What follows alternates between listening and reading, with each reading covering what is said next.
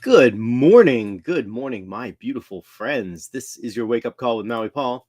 I am Maui Paul. We are here today to say some nice things about ourselves. I am. Yeah.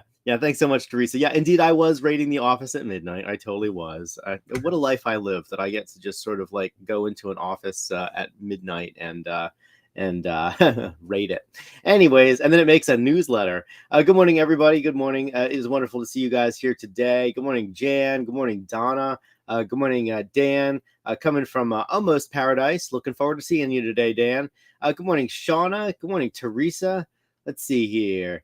Who else has showed up? Good morning, Anita. Really good to see you guys here today. Happy Friday to you. It is indeed Friday. We are here today to say some nice things about ourselves and ultimately to just continue to rock it at life.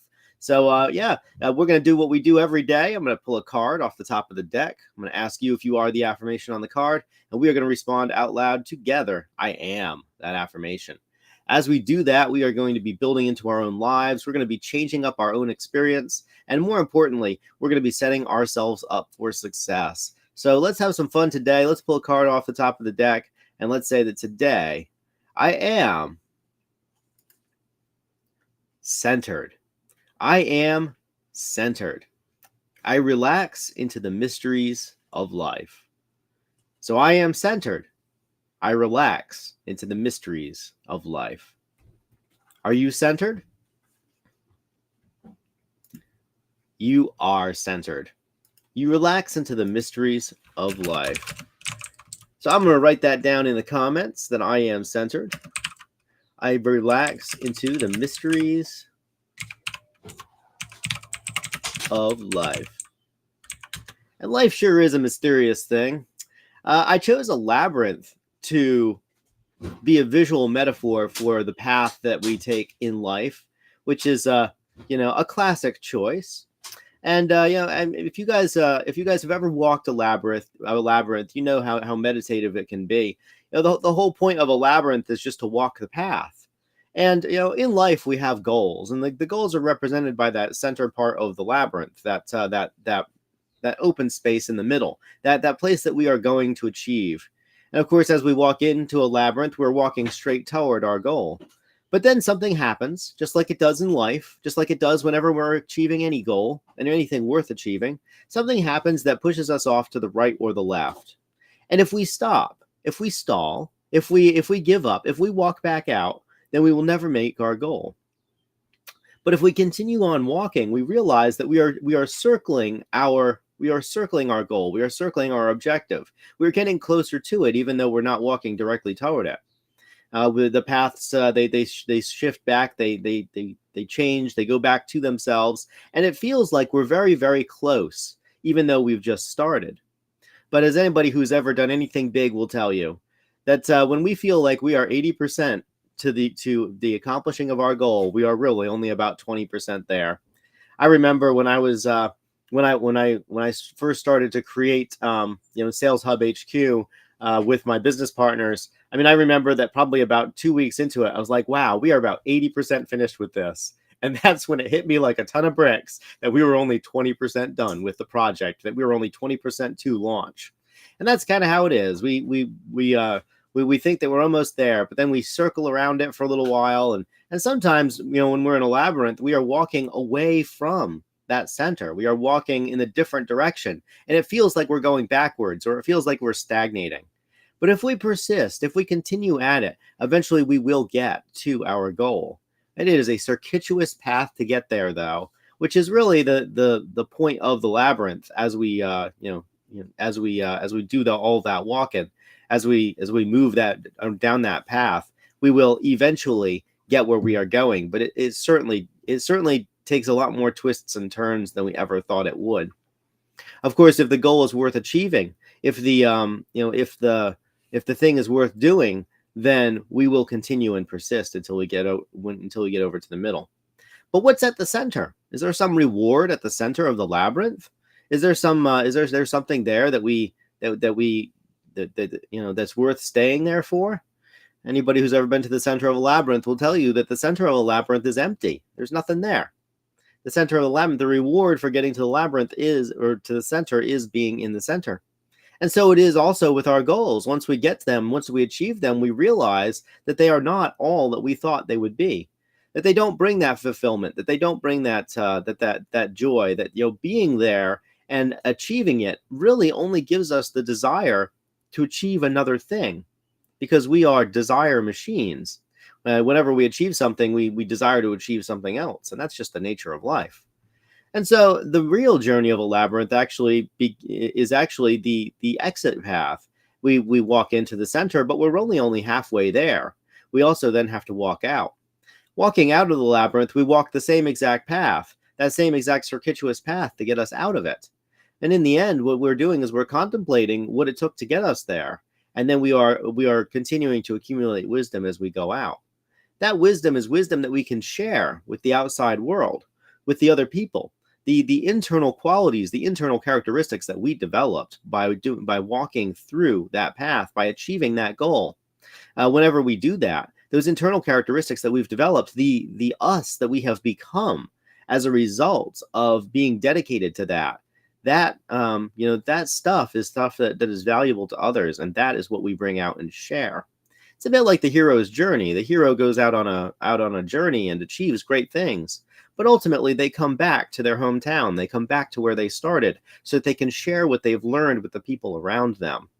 And that's really the ultimate prize that we get from achieving the things that are important to us, is that we get to share what we have learned with the people around us. We get to share of our excess. We get to share of our bounty. We get to share our perspectives. We get to be a different person. And then we get to have different results because of it. So I am centered and I relax into the mysteries of life. And let me tell you, life definitely has plenty of mysteries to it.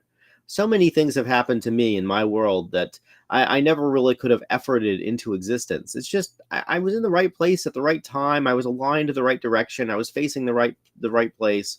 I said the right things to the right people, and all of a sudden my life had a completely different character from when I woke up in the morning. I'm sure it's happened to you as well. I'm sure that you've woken up in the morning and then some random chance or circumstance has happened, and then all of a sudden all of your dreams seem so much closer than they ever were before. And this is exactly what the labyrinth is symbolic of. We don't entirely know exactly how we will achieve the dreams of our hearts, and but we do know that if we continue plugging away at it, that our success is inevitable. So I am centered today. You are centered too, and we relax into the mysteries of life. So I'll tell a quick story before we get over to the review of the cards of the week. So on Maui, there is a gigantic coral labyrinth. It's over by the Four Seasons. The Four Seasons, so it's actually by the Ritz-Carlton. It's over by the Ritz-Carlton. It's a very special place. It's over by an ancient burial ground, and some folks have made this labyrinth, and it's probably about 200 feet in diameter, and it's made with the chunks of coral that have broken off and washed up on shore. But anyway, I remember I used to go down to this labyrinth, and I mean, this labyrinth was a place that I did a lot of meditation. There were a lot of very painful things in my life that I went and I walked out at that labyrinth. And I remember that. So I went over there and I was walking the path, and doing the labyrinth the way that an adult will. And all of a sudden, here comes a family with some kids, and the kids decide they're going to walk the labyrinth. Well, the kids, they first of all, they walk the labyrinth, but kids don't have that level of patience that adults do, and so they started to run because they just wanted to get to the center. To them, the goal was to get to the center. And I remember this one little boy, he was running and he realized that the path wasn't getting him to the center, and so he decided to cheat. He decided to jump over one of the walls, and so that's what he did. He jumped over one of the walls. And then he actually jumped over a couple of them to get himself a little bit closer to the center. And then he continued running down the path because he thought that that little bit of cheating was going to get him there faster. Well, you can probably know exactly what happened to that little boy, because he turns out as he jumped over the walls a couple times, he didn't really know which direction he was supposed to be going on the path. And he picked a direction, and he ran and ran himself right back out of the labyrinth, having never actually made it to the center. And I just remember the look on his face. I was just continuing to plug away. At that time, I had gotten to the center. But I just remember the look on his face as he just ran directly out of the labyrinth that he had just come into. And just the look of shock and surprise. And I mean, so it is with us also in our lives. When we think that we are coming up with a shortcut, oftentimes that shortcut just turns us completely the opposite direction because we really don't know. We don't really know what direction we're facing. So I love labyrinths. I will one day have one on my property, but I very much enjoy the fact that I love walking them. I love being able to be centered in them. So I am centered today, and I relax into the mysteries of life, and so are you. And all of our cards today, all of our cards this week have eventually gotten us to this place. So let's take a look and see where we. Let's just take a look and see where we started and where we ended up. So today we affirm that we are centered and that we relax in the mysteries of life. And how could we be centered except that we are expansive, that we grow into new versions of ourselves daily? These new versions of ourselves are what's required to relax into the mysteries of life. These new versions of ourselves are what's required in order to have new experiences, to have new things that expand our mind, that make us feel like we are living an amazing life. Of course, how can we be expansive except that we are informed, which we affirmed on Wednesday, that we seek to understand before responding. I had a conversation just yesterday with somebody, and I was talking to Pepper about it, and I said the conversation really frustrated me because the person I was talking to did not seek to understand before responding. They basically were outside. Their responses were outside of my zone of tolerance. Now, a zone of tolerance is a concept that we talk about in the field of interpretation. And I don't mean the field of interpreting different languages. The field of interpretation is about giving voice to inanimate objects. It's what museum proctors do. It's what tour guides do. But so, for example, to say that let's say that William Shakespeare was listening to some people comment about his very famous line, "To be or not to be." Well, to be or not to be, that is the question. And if the people if the people were discussing it and they said, well, what this means is, to be or not to be, it's a contemplation about life or death, then Shakespeare, that would be within his zone of tolerance, because that's kind of what he was going for with that. But if they said to be or not to be is about bees, then that is way outside of Shakespeare's zone of tolerance, because to be or not to be is not even a little bit about bees.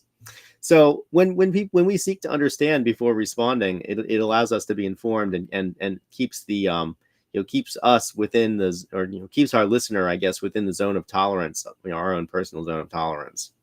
So anyway, of course, how can we be informed, and seek to understand before responding, except that we are also decisive, which we affirmed for ourselves on Tuesday, that we focus on what's most important. We have to focus on what's most important so that we know what to be informed about. And so when we do focus on that important thing, when we do decide where we're going and what we're doing, it helps our life be even, take on a really special character. Of course, on Monday, we affirmed that we are evolving, that our experiences shape our future. And they do. Every time that we experience anything, it shapes our future.